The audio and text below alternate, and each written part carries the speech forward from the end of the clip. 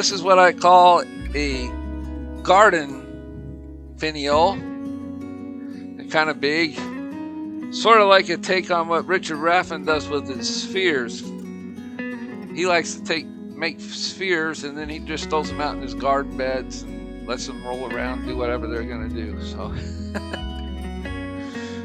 for me, I like to make the finials. I've done some spheres and put them out in the garden, but these are sort of like a little statue, kind of archy type of thing.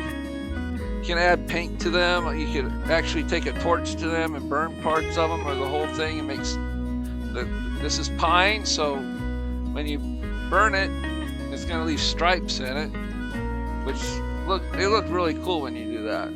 Let's get started. First thing I need to do is round it over, so I need to get my big roughing gouge. We're going to start at the headstock end and just work our way down. We'll do this end first. This is a 4x4 fence post.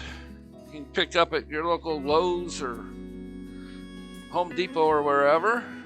Okay, I was just making sure my tailstock was locked. It was a little loose. I could hear it vibrating just a little bit. You don't want to go too fast with it. I mean, it's between centers. It's a big lump of wood. So we're just going to gently start taking the corners off. With some back and forth cuts.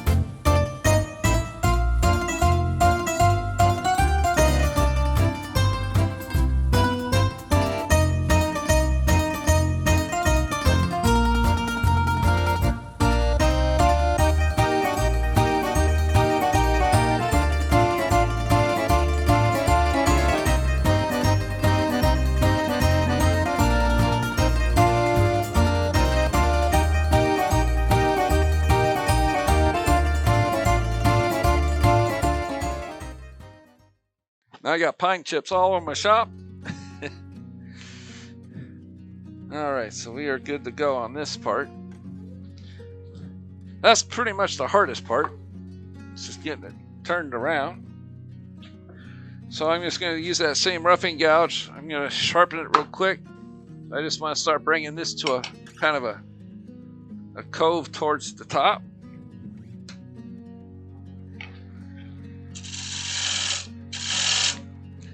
Probably turn up the lathe a little bit faster because the piece is more balanced now.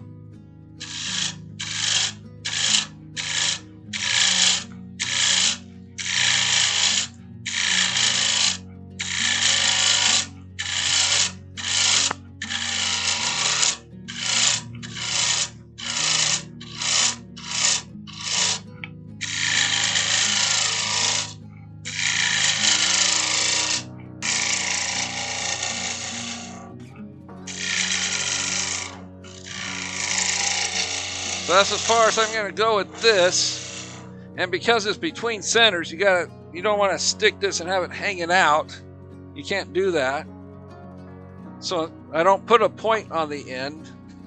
I usually use my half-inch detail gouge here, or shallow gouge, as the case may be. It's got a nice long swept back grind on it. Need to get my tool rest a little bit closer. And I just round over to the top towards the tailstock here. Sort of like half a bead.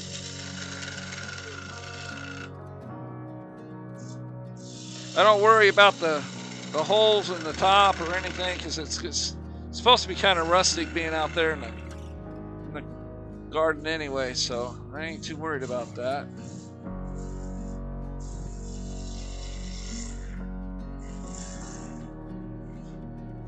got a nice sort of curve going. Back it up a little bit.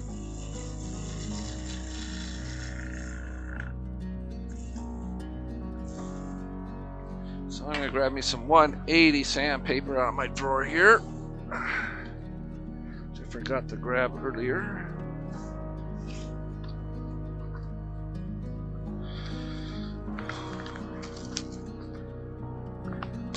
You don't need to use fine sandpaper on this. 180 is great. If you said it's going to be out in your garden, so you're not going to spend a lot of time sanding or anything on it. Just kind of get rid of the obvious tool marks.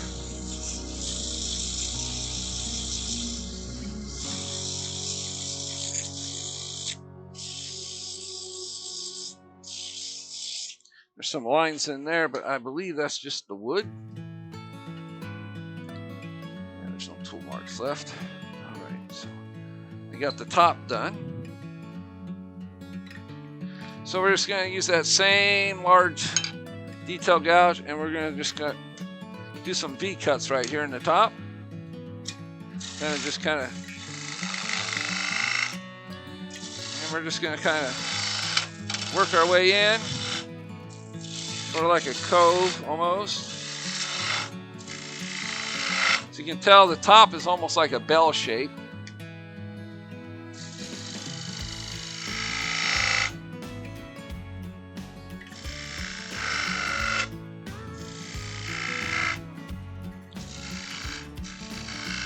we're going to create a cove going towards the bottom of the bell.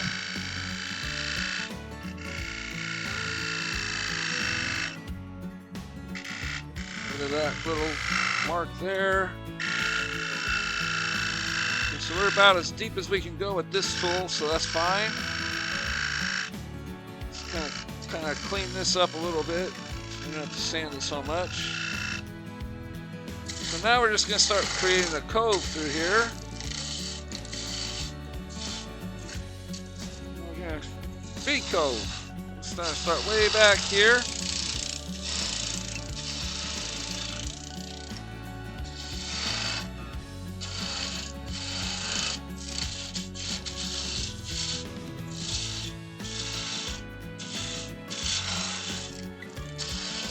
I'll show you guys when I'm done how I paint these. It's not that hard to do.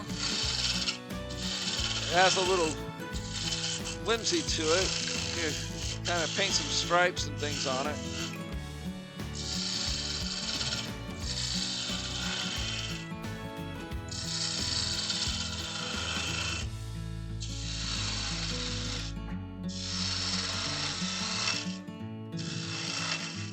And you're going to have chunks sort of come off.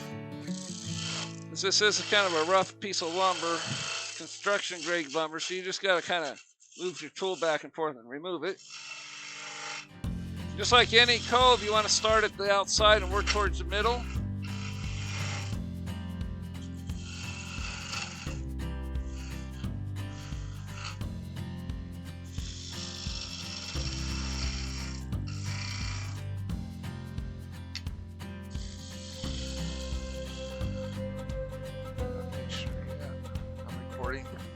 I want to make sure I was recording.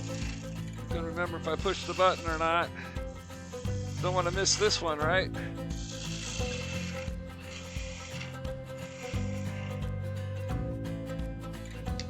So I'm just going to do some cleanup cuts here. We're about almost as deep as we're going to go with this. We can go a little bit deeper if we want.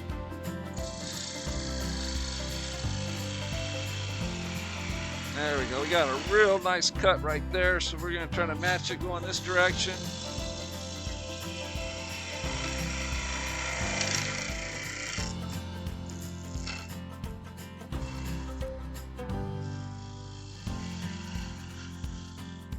So we need to come back a little bit here. Start the cove back here. Kind of match both sides there.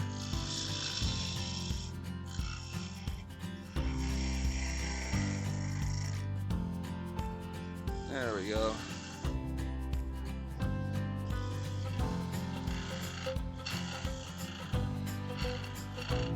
You can add some paint right there in the middle. you're so inclined when you're pretty much done doing the actual cutting.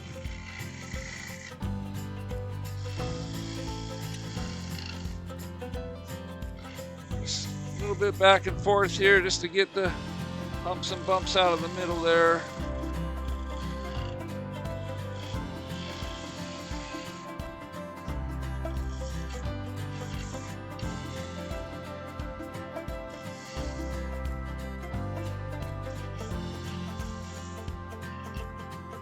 Got a big bump right here. I can see that, so I need to clean that up.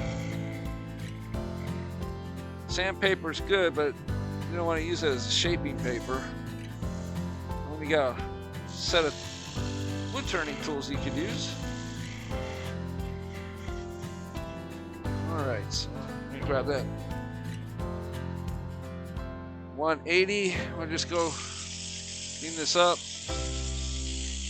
180 cleans this kind of wood up really quick.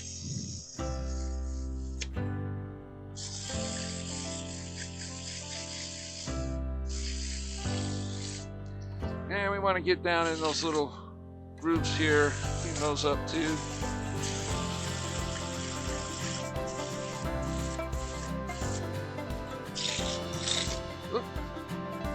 Oh, I should turn the lathe down. I got it still going full speed. Ah.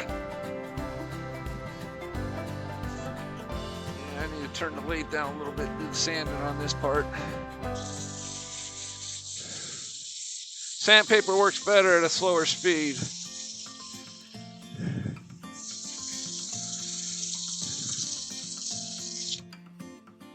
So I'm going to stop the lathe and have a look, see how smooth we got it. It was really good. You can see that grain pattern right there is pretty cool. So we're going to move down a little bit and we'll see if we can make us a bead right here. Turn the lathe back up. It's best to do the beads where there's no knots. I'm going to double check that. So we don't want to come out any further than that. So I'm going to mark that with a pencil. So I've got a knot right there. So we don't want to try to cut a bead through that knot. So we're going to try to avoid that area for that.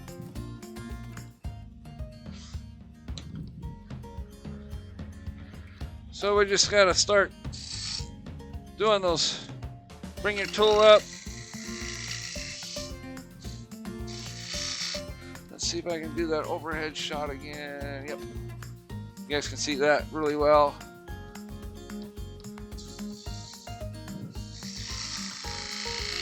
And we're going to do the same thing on the other side. We're just going to kind of create a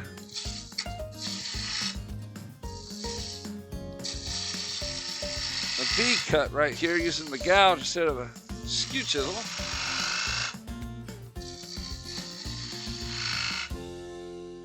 And we're just going to work our way down further and further in.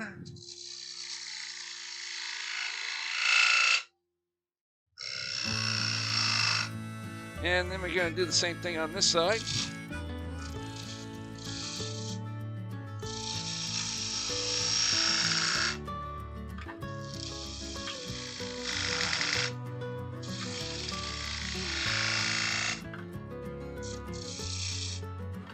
Do kind of a curved cut in there, a bead cut. Whoa! I turned my tool too far and it caught on this end. So that's what caused that catch, so I can clean that up. It's kind of a mess now, but we'll get that cleaned up.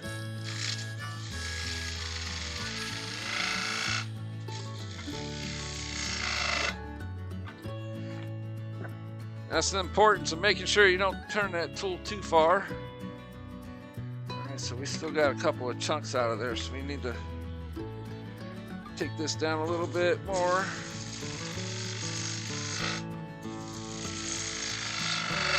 See if we can got those cleared out. One more cut should do it.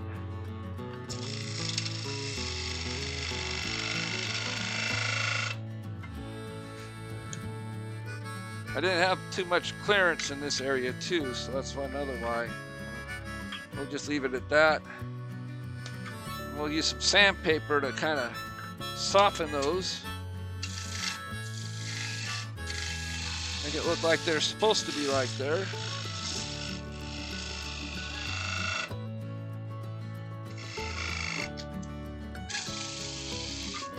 And we're just going to do some back and forth here. Start with the tool almost facing up and then just turn it and lift as you make that cut.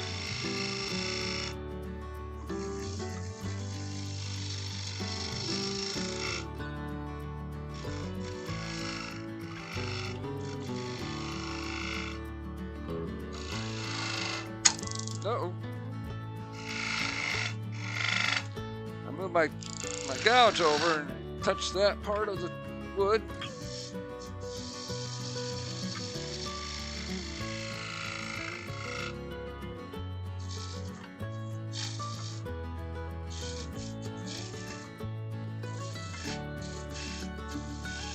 There we go. Now we're getting a round bead there going.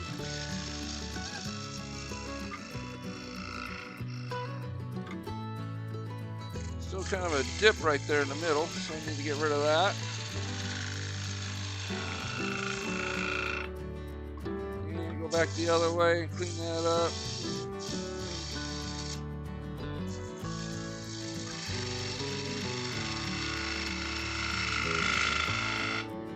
And to get rid of that little bit of wood, we come back the opposite way.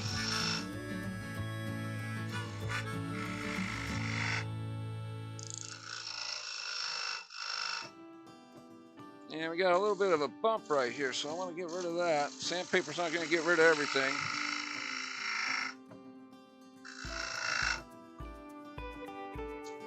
A little bit of a tool mark there. If you clean that up. And we need to go just a little bit deeper on this side to even everything out.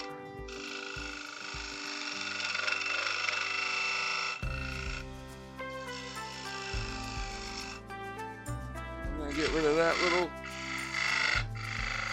piece of wood there. Time for the sandpaper. Turn the lathe down. Get the tailstock out of the way.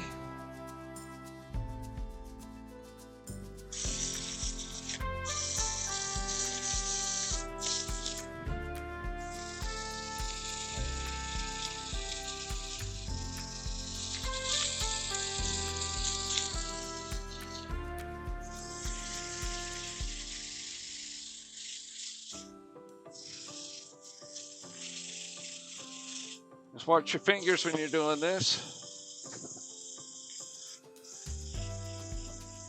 You pretty much see the tool marks disappear when you're using the sandpaper.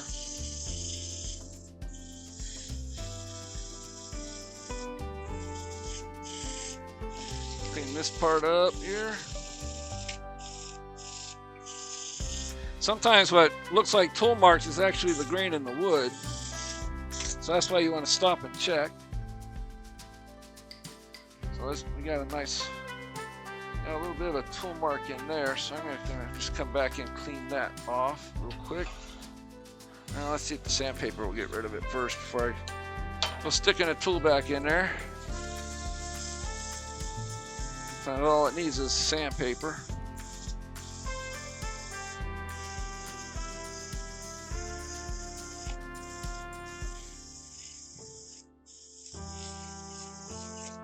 And if it doesn't go away, then you can bring the tool back in. That's good enough. See, that's where my tool hit. Unless I wasn't paying attention.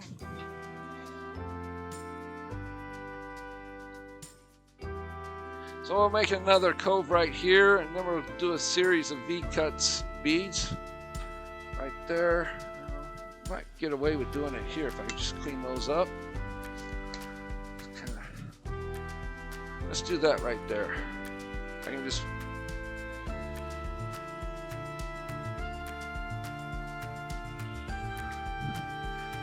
one thing I want to do is every now and again I'll go through and I want to check to make sure everything's tight. I'll crank down on the tailstock a little bit more. tighten that lock on it again. Just to be on the safe side there. Doesn't hurt. Alright, so bring up the speed.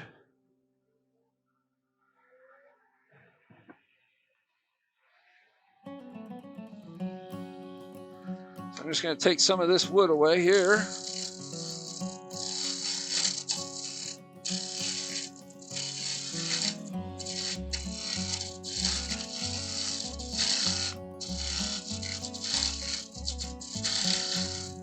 This is all just done by eye.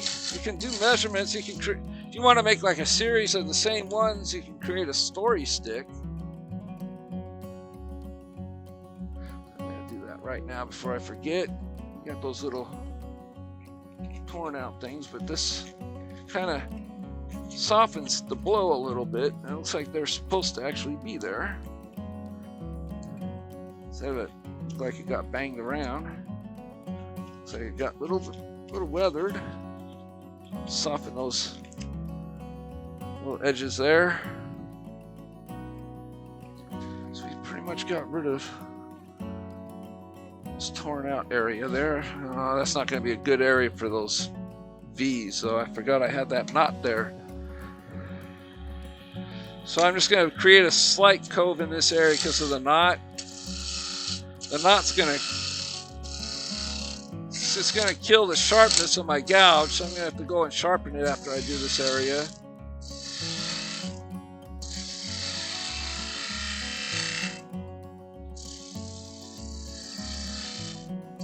Not all coves have to go deep, just be shallow. Whatever you want your design to look like. So this will be a shallow cove.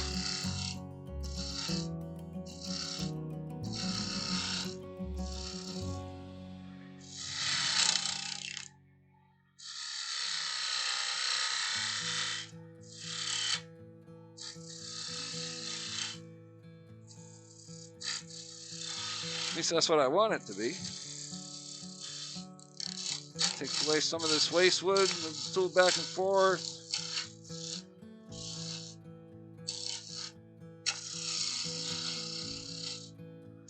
Don't want to take too big of a cut, as your tool will stop in midway and you might get a catch also. There's a bump there, so we want to get rid of any bumps in the cove. We want a nice smooth curve to the bottom.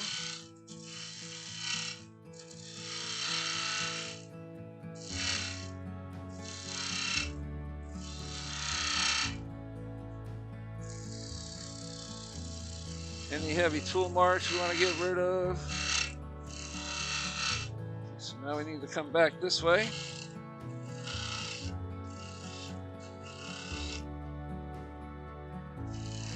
Back and forth we go.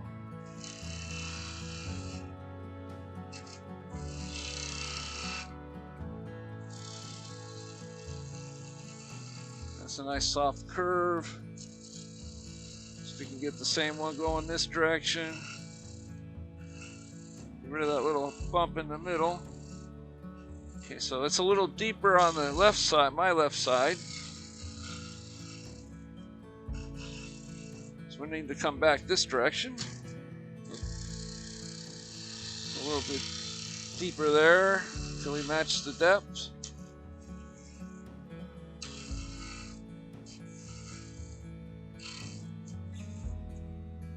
And you just clean that curve up a little bit more. And right in here. There we go. You take a drink of water, or in this case, this time of day, soda, to keep me awake.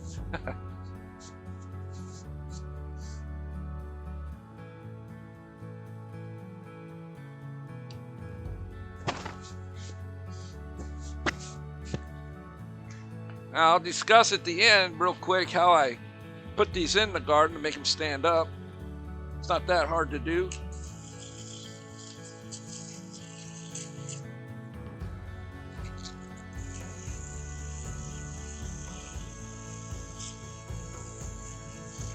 So we got 12 people with us, that's great.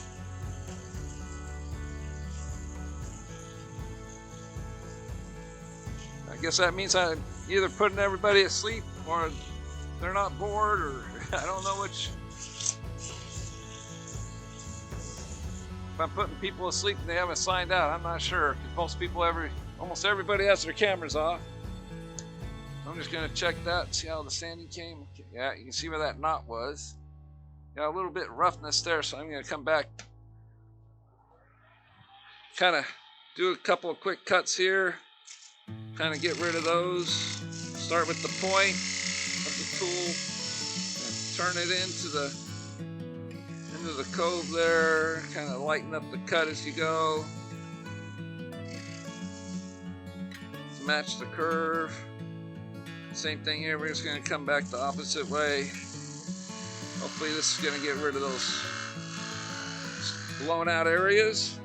This pine is known for that. That's what there's just a little bit there, so I'm not too concerned. I do the same thing, I'll just come in and take the roughness out of them. And I need to re-sand part of this. Turn the lathe down to do that.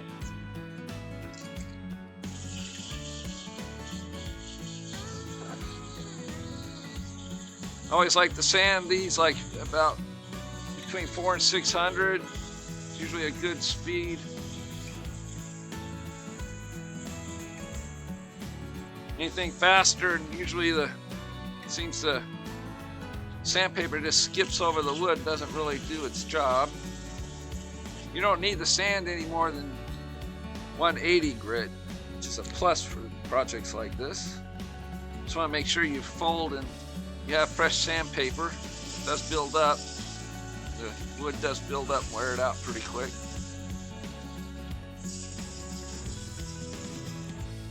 Okay, so we got that. All right, we got another curve right there. So we can just leave like just a flat area right here. Got all these knots. We can clean these up. Kind of make a design possibilities. Let's see. What I'm going to do is I'm going to move beyond these spots right now. We'll come back to those after we do some of the rest of it here, and we'll figure out what to do with those. I want to put coves everywhere. It gets kind of boring, so it's nice to have beads and V-cut kind of beads. And that's what I'm going to work on right here. I need to turn the lathe back up.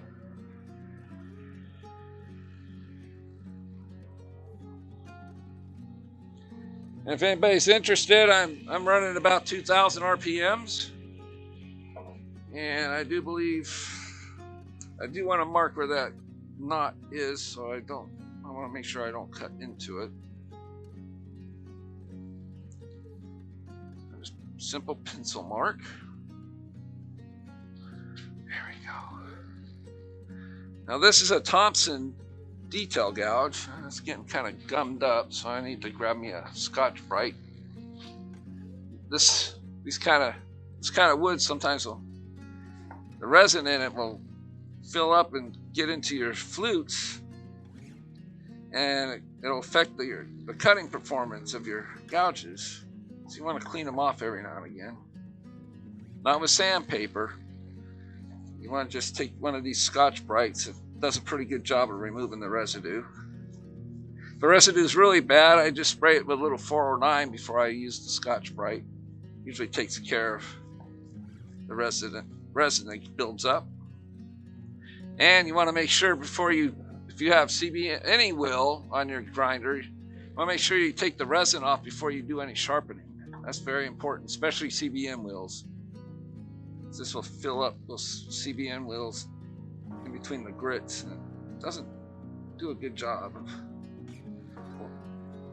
It's hard to clean those things out. You got to have a special kind of cleaning stick that they sell to do that. So we're going to create some V cuts here. So I'm just going to come in and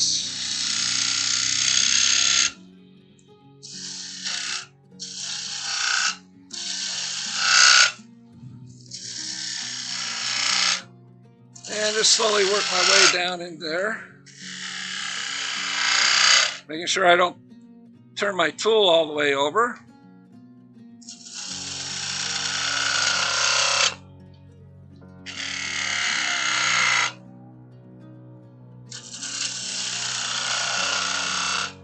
You can go pretty deep if you just keep on going. You gotta make sure you get your cut right, or you will get a skate back, just like I just had right there. So you want to make a little step with the tip of your tool, just like that, and then turn your tool and take the cut.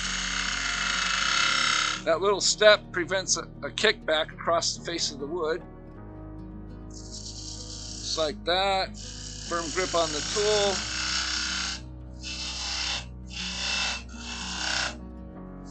And we're getting pretty deep. Almost as deep as I want to go at this point. Gonna straighten those cuts out on this side anyway. I'm not too concerned about this area right now, because these are where the V cuts are going to be. So we're going to start over here, leave enough room to start working towards the bottom there.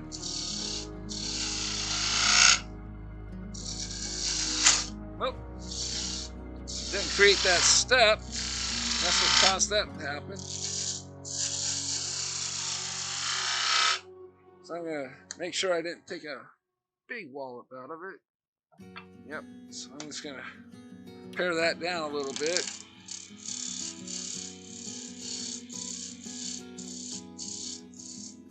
Get rid of those big old chunks that came out. That way we can have a smoother cut when we're doing the V cuts here. Take a little bit more, that should do it. So we're just going to step, then turn the tool, take it back down in there. Same thing here, we're just going to take a step, then we'll turn the tool. Step. Sometimes it's best to talk out loud when you do this. It's one thing I learned from Richard Raffin. He said during his demos, what people like about it is he talks out loud at stop process. So if you want to give a good demo, do that. So I've kind of tried to attach myself to that kind of thinking. So if you hear me talking a lot, that's why.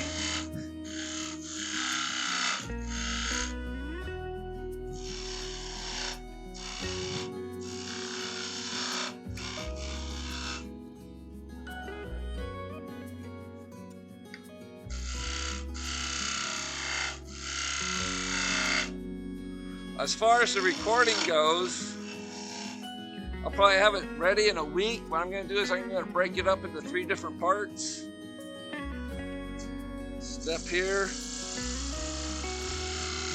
That way you don't have to try to run through 3.5 hours worth of recording to find what you're looking for. So each spindle will have its own recording, each finial will.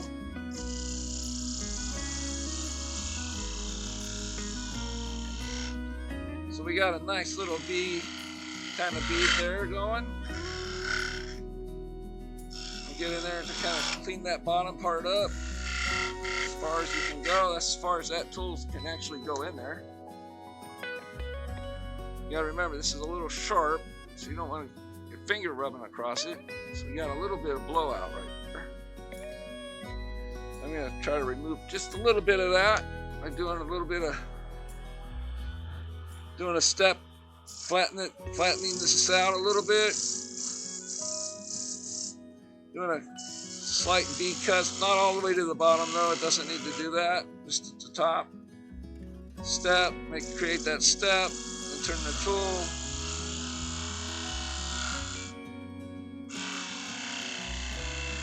A little bit of the blowout's all right. I don't mind that because it gives it a rustic look. Looks like we got rid of all of it though, which is great. So we're gonna make one more right there. So we need to come over and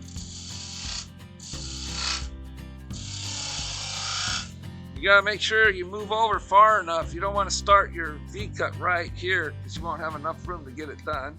You won't be able to go deep enough. So we're just kind of working towards that small.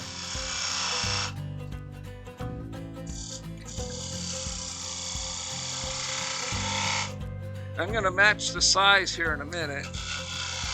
I'll take some of this wood away when I get some of this cutting done.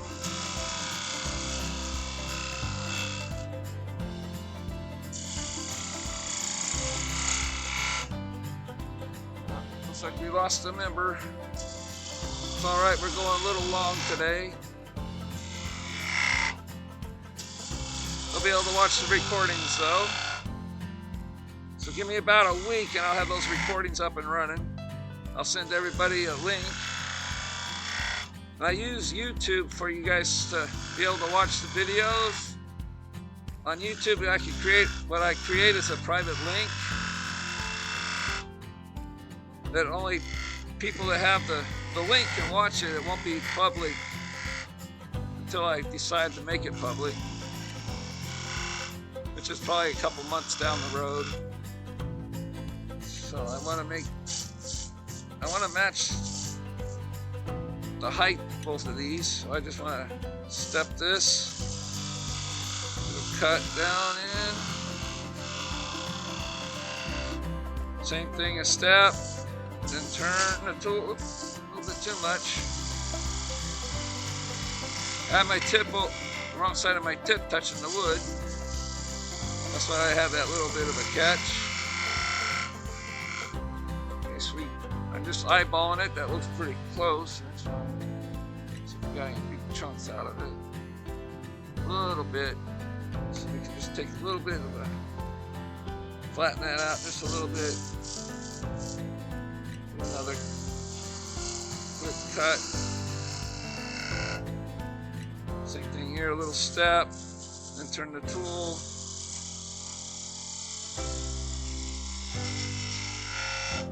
Didn't take too much off. They should be pretty closely matched. All right, so we got rid of all those blowouts. All right. I'm just cleaning that area up. Still haven't decided what to do with this area. I can make like a big round oval shape in there. Let's do that. That would probably be a nice shape in there. First I need to make a step and do a cut.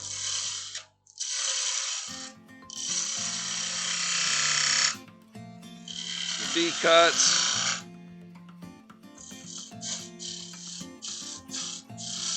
I'm bringing this down to match the size of these beads right here somewhat.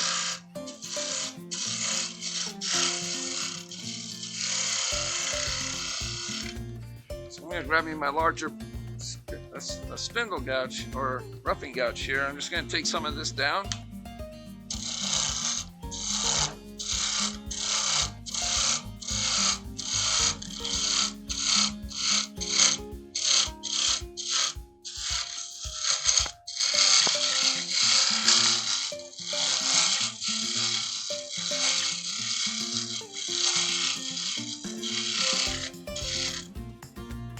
We're losing people. It's alright, we've been going a little long. We're almost done here, so appreciate everybody who is sticking around. So I'm a little step here, and I'm just going to do a dive cut into this area. Same thing over here, but more round bead shape.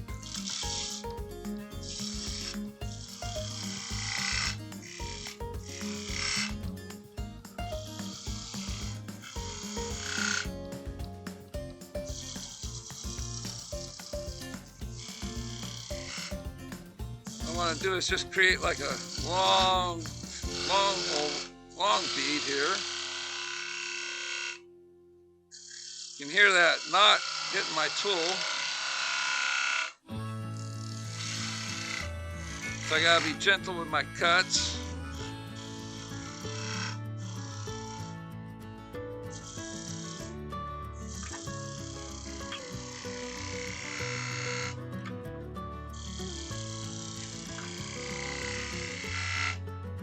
And I'm gonna do the same type of cuts over here. Need to dive in a little bit, look like a V cut.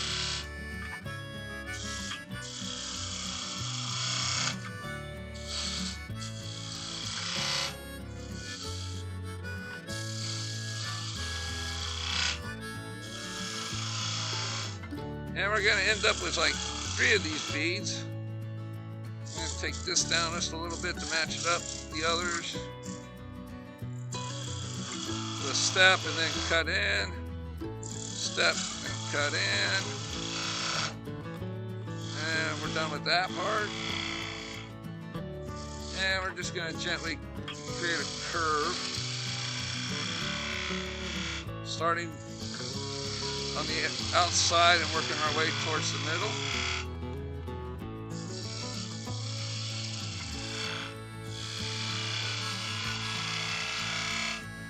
And we're going to try our best to match it on this side.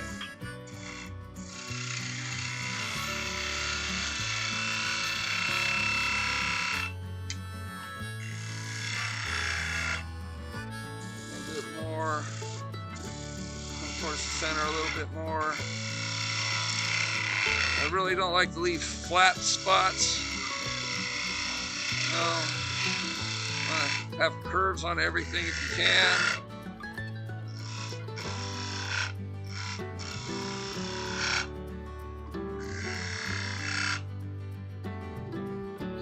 Take a little bit more of a curve.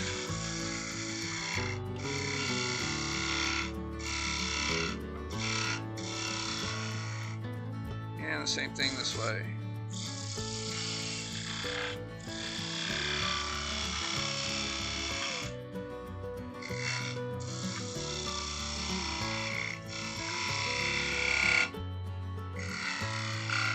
How does that look on the camera? Okay. Pretty good shape there. Just kind of take any little bumps you might see out of it, any hollows that the tool might have left behind, or you can do the sanding and just kind of start a V cut right there in the middle, work our way down.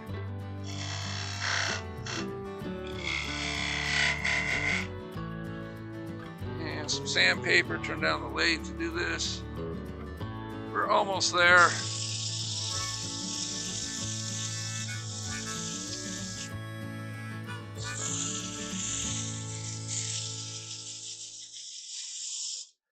If you do craft fairs for the springtime, these sell really well.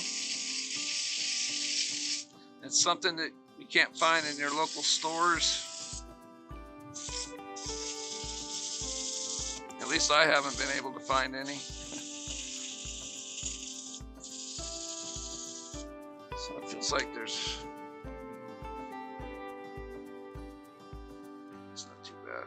Let's run the sandpaper over that real quick. I can round over this section. Just kind of a different detail.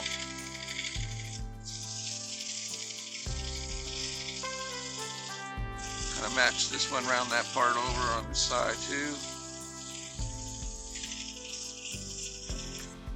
Alright, so I'm gonna have to grab me drop me off another piece of sandpaper here.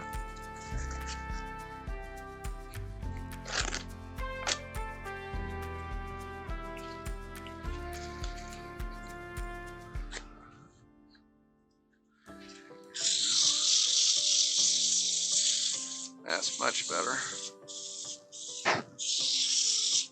Come underneath to get this side here. All right, so now we want to do the, looks like there's something broken out right there. Yep, I'm gonna clean that up real quick. That's too much to leave behind. So I'm I'm just going to turn this blade back up, flatten these out, rid of most of that.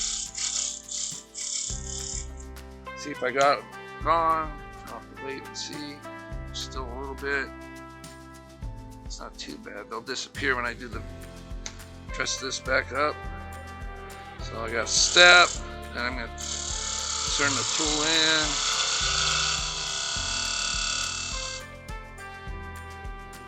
And another step. These are just really light cuts just to get rid of those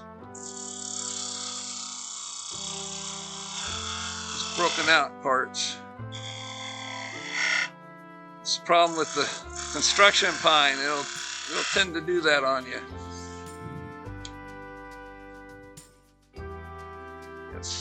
That's much better.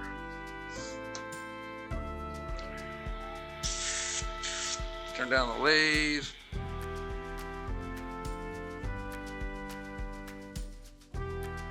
Back on. Turn it up a little bit more than that. There we go.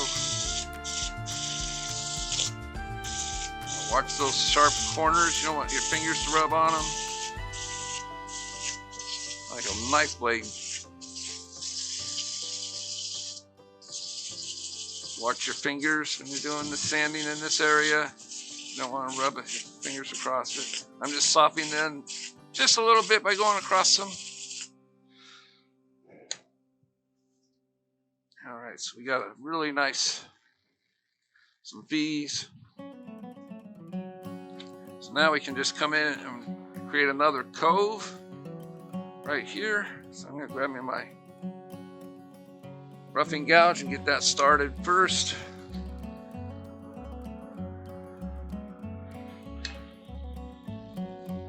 So it'll remove a big bulk of the wood.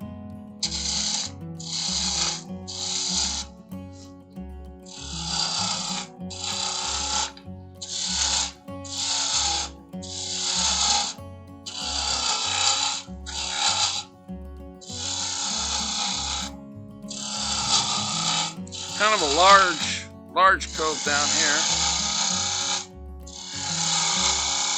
So these are just roughing. I'm just roughing that out, getting most of the wood out of the way before I grab my spindle gouge and clean it up.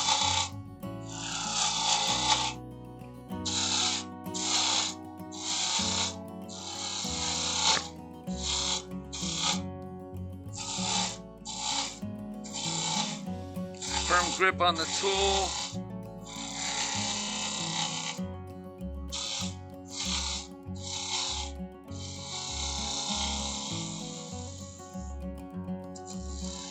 Clean up cuts. We might not even have to use a spindle gouge on this cove, on this one.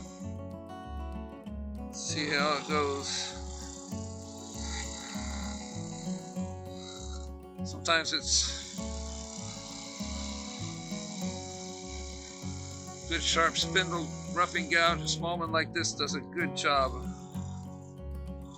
Makes a nice smooth cut. So we'll turn off the lathe. Have a look, see. Oh yeah, that came out really nice. It's using the roughing gouge. No spindle gouge necessary. I'll make sure which one I got here. Let's do a bit of sanding again.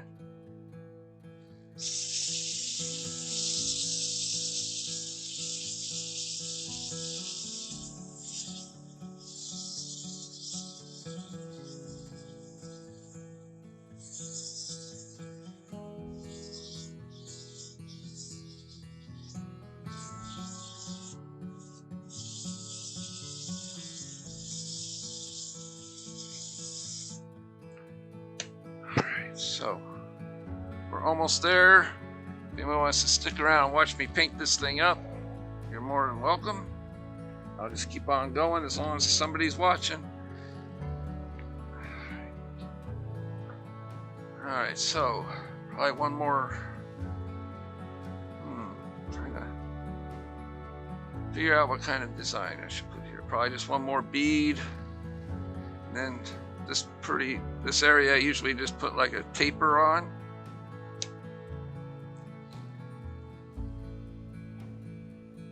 So this is just the last feature.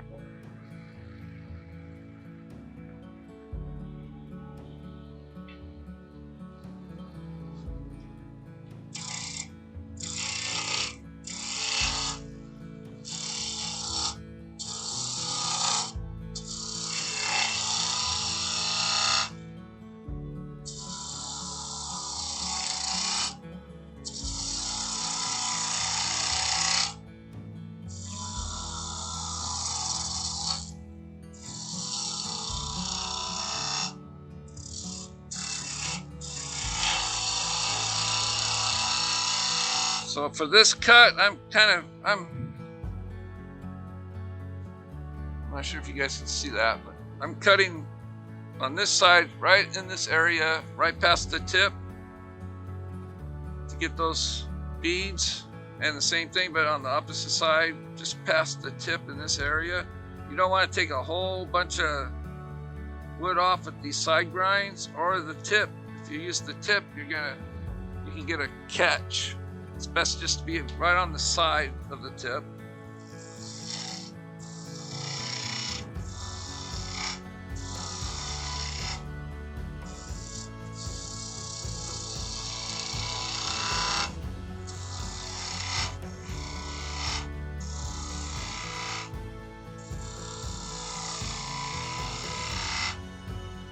So now we can start on this part of the bead here.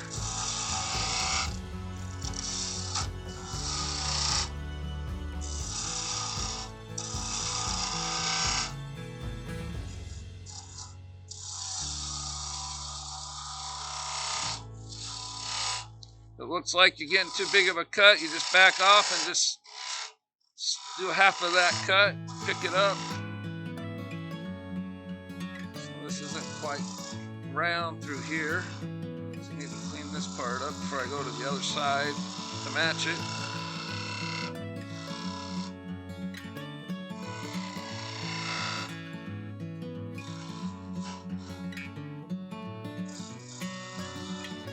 Kind of a high spot right here, so I'm cleaning that up. Alright, so now we can just come onto this side and match that curve.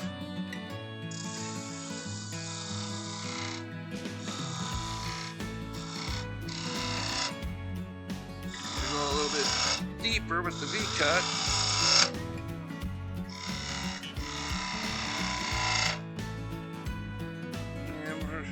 Depth is about equal, so we're good there. So we just need to clean up the curve.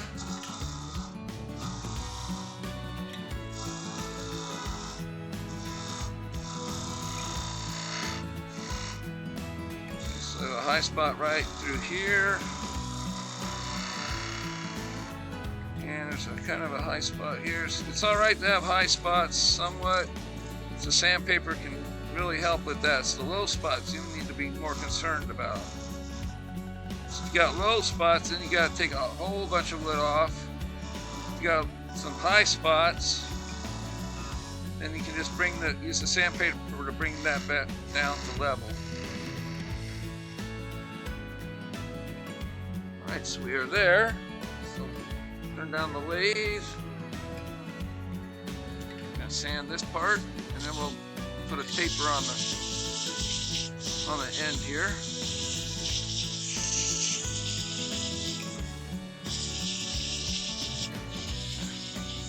Clean this part up. You can see the tool marks disappear with the sandpaper, and come underneath and do the other direction on the other side of the bead. It's easier. Unless, of course, you're left-handed, then you go the opposite way.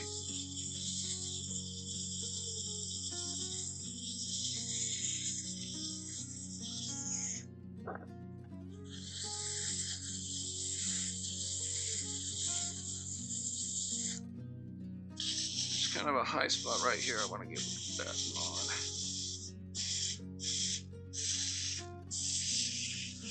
Across the top, a little little bit, even everything out. Have a look. Everything looks good. There's no tear out here. So I just need to make a taper from here in towards the bead.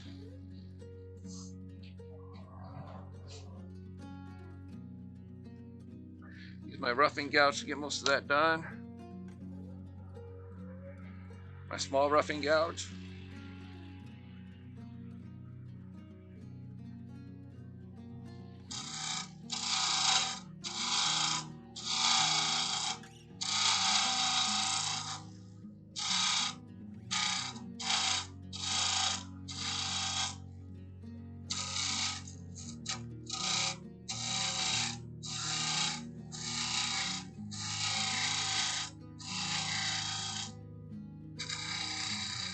Kind of a little detail right here, small cove going in, put that joint up right there,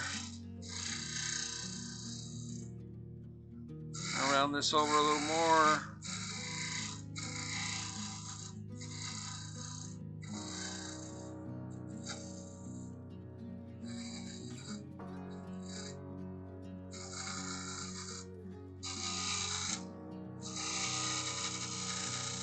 Straighten all that out there.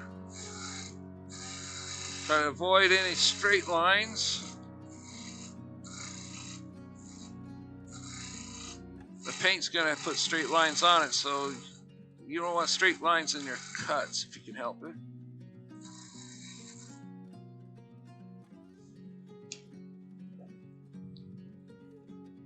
So, got a pretty good piece going here.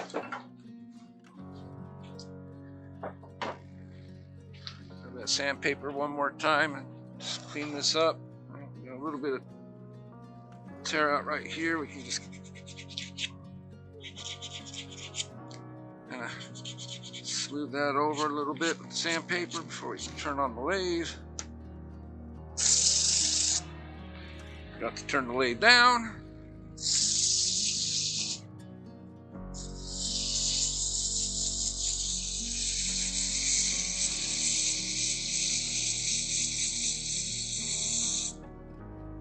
And one more thing we need to do,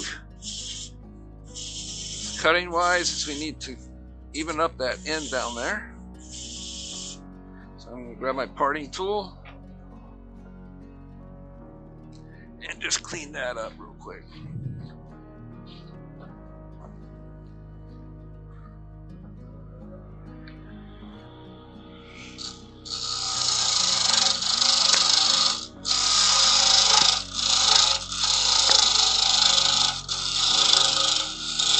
Take it down to the stub center here.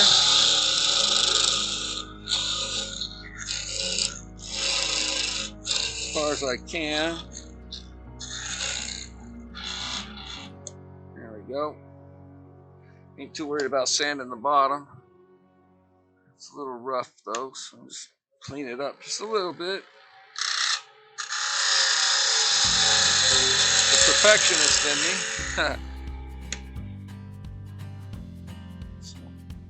We're down to 9 people. Oh no. So there we go. We're done with this part. So all we need to do is decorate it. We can get some paints out, which I have over here. And add some colored stripes to it. First thing I thought it might be fun to do is maybe get the torch and kind of highlight some of this.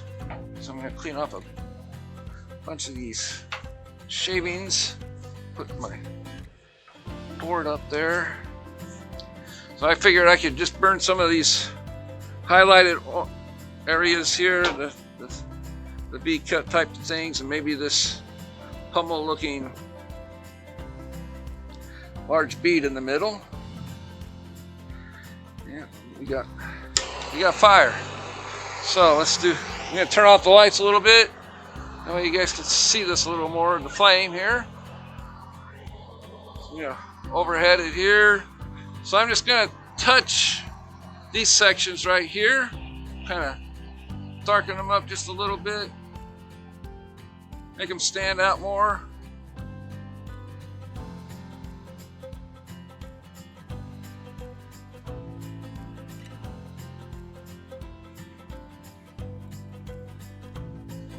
can see how it stripes the wood.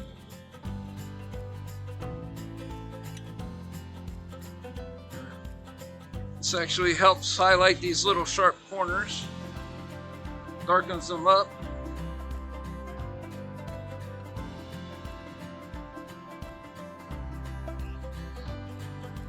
I do have a fire extinguisher right over there to my right, plus a water bottle, spray bottle, in case I get it.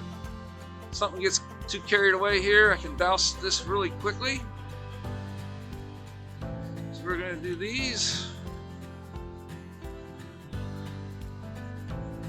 We're going to do a little bit deeper on these, just to make the grain pop a little bit more.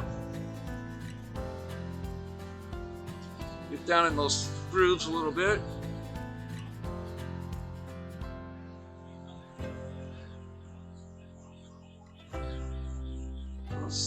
Right in there. Come over to this side.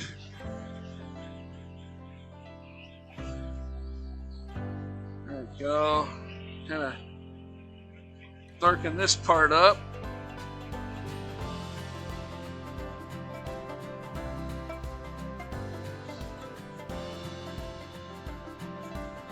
I don't want it really black, just enough just to highlight the grain.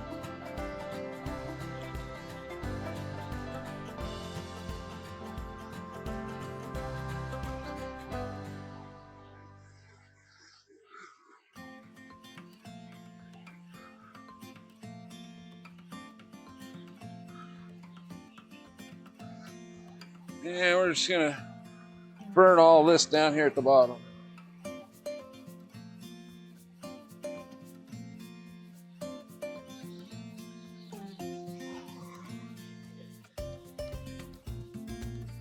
That's all there is to the burning part. You want to grab me a, I like to use these brushes. Where is it? I just had it. Darn it. Oh, this will work too. You want to remove any residue. I use like a nylon brush you use for washing dishes and stuff usually, but I sat it down somewhere where I don't see it. But these pads work just as well. Just want to do this just to get rid of any of the char residue left over. This is why I don't like using my white pads for this. When I get done with this, I got to toss this one away. Probably keep it for more burning, but it leaves a lot of, can't use it for finishing anymore.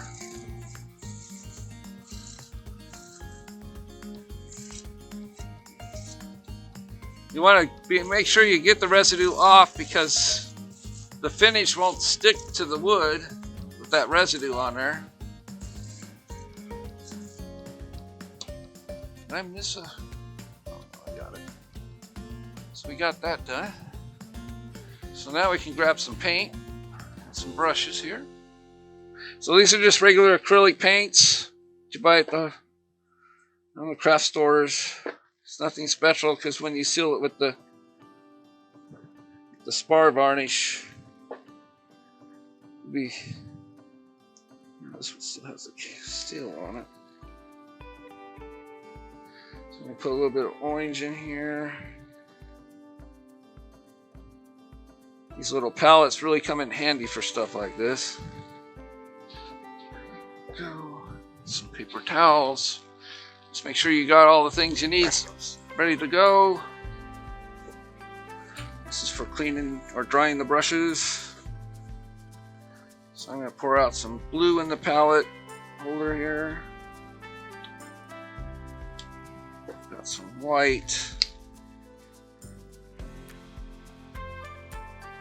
And some red. Now, using wide brushes comes in handy with this. You're going to turn on your lathe really slow.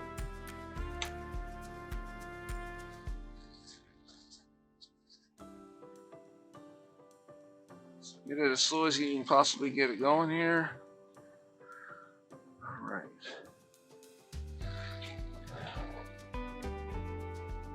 So I like to use my tool rest as a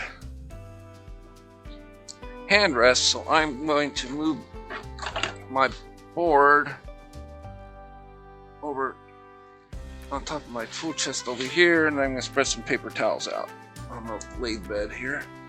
So I'm just going to put some paint right here, just going to put a stripe. Probably start out with some blue.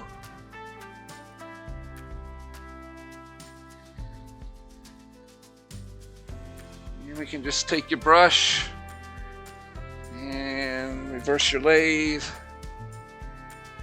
And just right in the middle here, we just put it right there.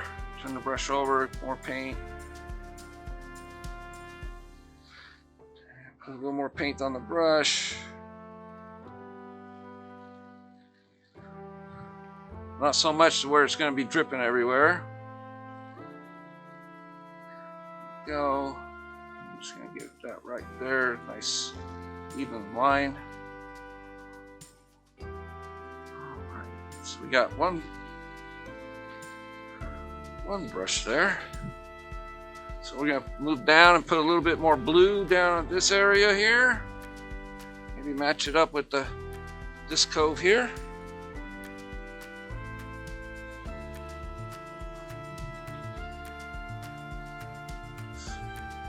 Round and round and round. Turn the brush over because there's always paint on the back side of it too.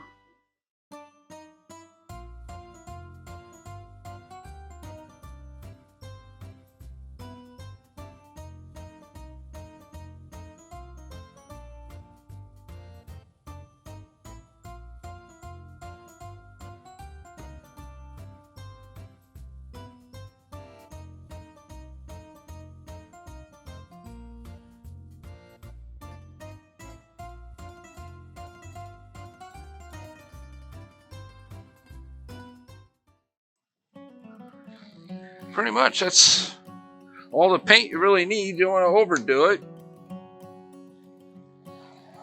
And then what I would do is let the paint dry. I would take it outside and spray a finish on it. And to stick it in the ground, I'm not going to drill it today, but I would take it and lock it into,